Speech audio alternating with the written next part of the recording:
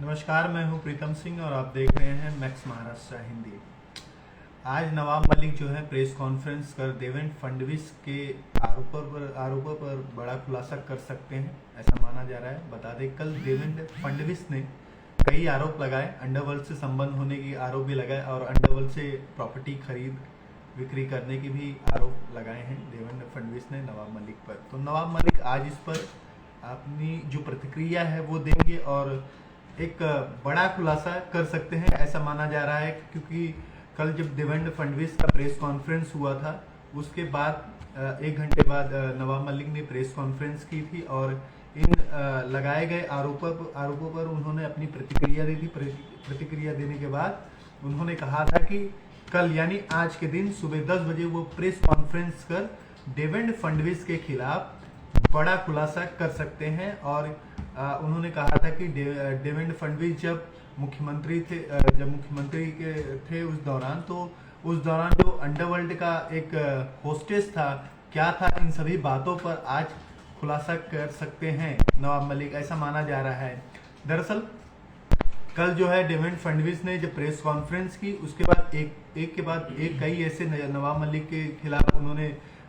सबूत पेश किए, कागजात सामने रखे मीडिया के उन्होंने एक प्रॉपर्टी की भी बात की, जिसकी वजह से उन्होंने कहा था कि नवाब मलिक के रिश्तेदार की ये जो प्रॉपर्टी है उनके द्वारा खरीदी की गई है कंपनी से। और जिसके बाद ये आरोप लगने के बाद जो नवाब मलिक थे वो गुलगुला उठे और उसके बाद उन्होंने अगले 1 घंटे बाद जो है प्रेस कॉन्फ्रेंस की अपनी प्रतिक्रिया दी। चलिए आपको मैं बताता हूँ दरअसल उन्होंने क्या आरोप लगाया था। देवेंद्र फडणवीस ने आरोप लगाया था कि मुंबई के कुर्ला में स्थित LBS रोड पे स्थित एक गोवा वाला कंपाउंड नाम का बिल्डिंग था, जिसको नवाब मलिक और उनके रिश्तेदारों ने खरीदी थी। और साथ ही उन्होंने ये भी आरोप लगाया कि नवाब मलिक और प्लस उनके जो रिश्तेदार थे उनके द्वारा तकरीबन 5 ऐसी प्रॉपर्टी खरीदी गई है, जिनमें से एक का भी खुलासा किया है और 4 अभी बाकी है। ये देवेंद्र फडणवीस ने कल प्रेस कॉन्फ्रेंस कर खुलासा किया था। उसके बाद नवाब मलिक ने जब प्रतिक्रिया दी तो उन्होंने जो सारे आरोप लगाए गए थे देवेंद्र फडणवीस की तरफ से नवाब मलिक पर, उन्होंने कहा कि नवाब मलिक ने कहा कि नवाब मलिक के जो मुखबिर यानी जो रिसर्चर हैं वो काफ़ी कच्चे खिलाड़ी निकले हैं। यानी सीधे तौर पे नवाब मलिक ने जो है एक तंज कसते हुए देवेंद्र फडणवीस को कच्चा खिलाड़ी और उनके जो मुखबिर हैं उनको कच्चा खिलाड़ी बताया है। आपको जैसे मैंने कहा कि कुर्ला में जो है स्थित है LBS कंपाउंड गोवा वाला बिल्डिंग के नाम से, जिसमें खरीदी की गई थी। और उस समय कहा देवेंद्र फडणवीस ने इसमें अपने प्रेस कॉन्फ्रेंस में कहा था कि तकरीबन जो है 1.5 लाख एकड़ यानी तकरीबन 1.5 लाख एकड़ जमीन की खरीदी बिक्री जो है वो की गई थी 25 रुपए प्रति स्क्वायर फीट पे उस समय। और ये जो जमीन है वो अंडरवर्ल्ड से संबंध रखने वाले यानी दाऊद से संबंध रखने वालों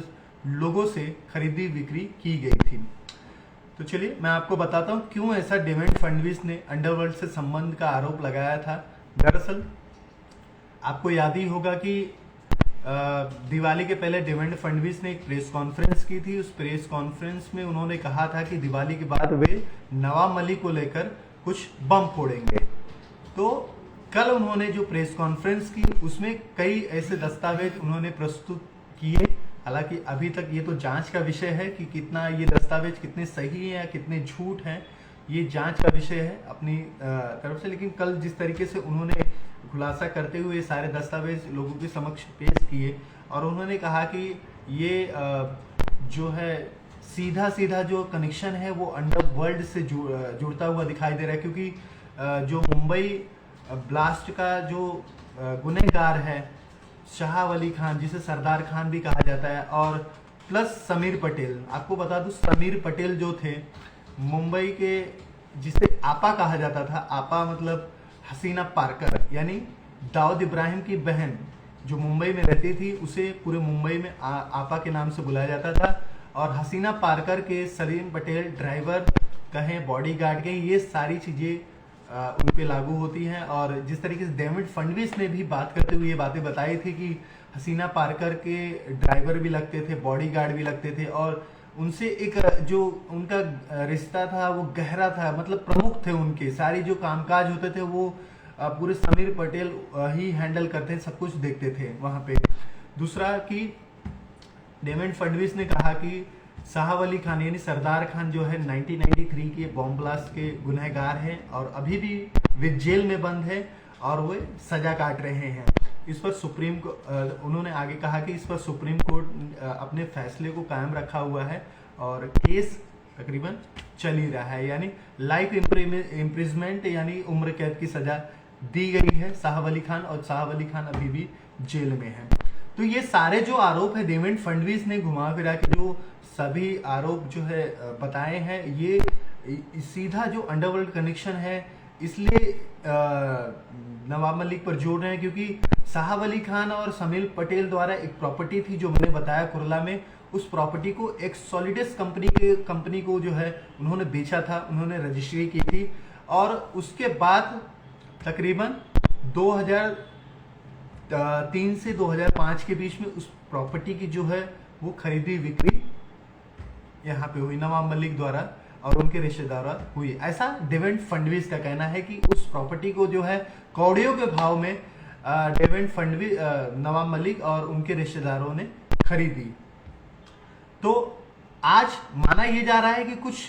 बड़ा जो है खुलासा नवाब मलिक कर सकते हैं, क्योंकि नवाब मलिक जब से क्रूज ड्रग्स का मामला आया है तभी से एक्शन में नजर आ रहे हैं और तभी से लगातार जो है प्रेस कॉन्फ्रेंस कर रहे हैं, लगातार जो है कुछ न कुछ हर दिन शेयर करते रहते हैं सोशल मीडिया पे, कभी समीर वानखेड़े को लेकर, कभी बीजेपी नेताओं को लेकर, कभी बीजेपी के नेता मोहित कंबोज को लेकर। इन दिनों जिस तरीके से ये पूरा मसला जो है वो कम होने का नाम नहीं ले रहा बल्कि और बढ़ता जा रहा है, धीरे धीरे ये जो तकरार है वो बढ़ती जा रही है, ट्विटर वार भी चलता जा रहा है। आपको मालूम ही होगा कि किस तरीके से नवाब मलिक और मोहित कंबोज के बीच पिछले कुछ दिनों से जो है ट्विटर वॉर चल रहा है और काफी ज्यादा जो है इन दिनों ट्विटर वॉर बढ़ गया है और धीरे धीरे कुछ जो दस्तावेज हैं वो मोहित कंबोज की तरफ से प्रस्तुत किए जा रहे हैं, कुछ दस्तावेज जो है वो नवाब मलिक द्वारा पेश किए जा रहे हैं। वही सेम यहाँ पे भी हो रहा है क्योंकि नवाब मलिक ने देवेंद्र फडणवीस को लेकर जो है दिवाली के पहले एक पिक्चर शेयर की थी देवेंद्र फडणवीस को की जो पत्नी है अमृता फडणवीस के साथ जयदीप राणा नामक व्यक्ति के साथ उनकी एक तस्वीर जो है अपने सोशल मीडिया अकाउंट पे शेयर किया था। तभी से ये जो विवाद है वो आगे बढ़ता जा रहा है। उसके बाद से ही देवेंद्र फडणवीस जो है एक्शन में नजर आ रहे हैं। हर दिन जैसा उन्होंने कहा था कि दिवाली के बाद बम फोड़ेंगे, तो दिवाली के बाद उन्होंने जब मीडिया के सामने वो बीजेपी के कार्यालय जो मुंबई में स्थित है वहां पे उन्होंने प्रेस कॉन्फ्रेंस की और नवाब मलिक को लेकर काफी जो दस्तावेज है उन्होंने प्रस्तुत की। हालांकि ये दस्तावेज कितने सही हैं या कितने गलत हैं ये तो जांच का विषय है, क्योंकि देवेंद्र फडणवीस ने कहा है कि ये जो सारे दस्तावेज है वो सरकारी एजेंसियों को देंगे। साथ ही ये दस्तावेज जो है राष्ट्रवादी कांग्रेस पार्टी के जो प्रमुख शरद पवार हैं उनको भी ये दस्तावेज पहुंचाएंगे ताकि उनके जो नेता हैं उनके नेता क्या गुल खिला रहे हैं उनको पता चल सके। ऐसा देवेंद्र फडणवीस ने अपने एक बयान में कल जो प्रेस कॉन्फ्रेंस हुआ था तब कहा था और उसी की प्रतिक्रिया देते हुए आज उसका जो पलटवार है वो नवाब मलिक अपने प्रेस कॉन्फ्रेंस में देने वाले हैं और बताने वाले हैं पूरा डिटेल की जब देवेंद्र फडणवीस विधायक बनकर मुंबई आए थे उसके बाद से ही क्या क्या गतिविधियां चलने लगी। जैसा कल एक प्रेस जो नवाब मलिक ने एक बात और कही थी कि देवेंद्र फडणवीस से पहले जो है मुंडे जो है नेता हुआ करते थे, वरिष्ठ नेता यानी दिग्गज नेता, सारी चीजों में माहिर थे। और उन्होंने ये भी कहा कि खुद मुंडे साहब जो है वो जाके लोगों से दाऊद से लोगों को जोड़ते थे, दाऊद से लोगों को जोड़ते थे। ऐसा कल जो प्रेस कॉन्फ्रेंस में ये बातें कही हैं उसके बाद से ही कई आशंकाएं लगाई जा रही है कि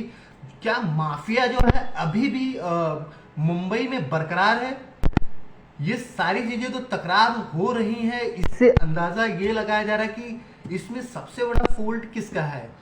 आपको बता दूं, इसको लेके एक आर्टिकल भी जो है वरिष्ठ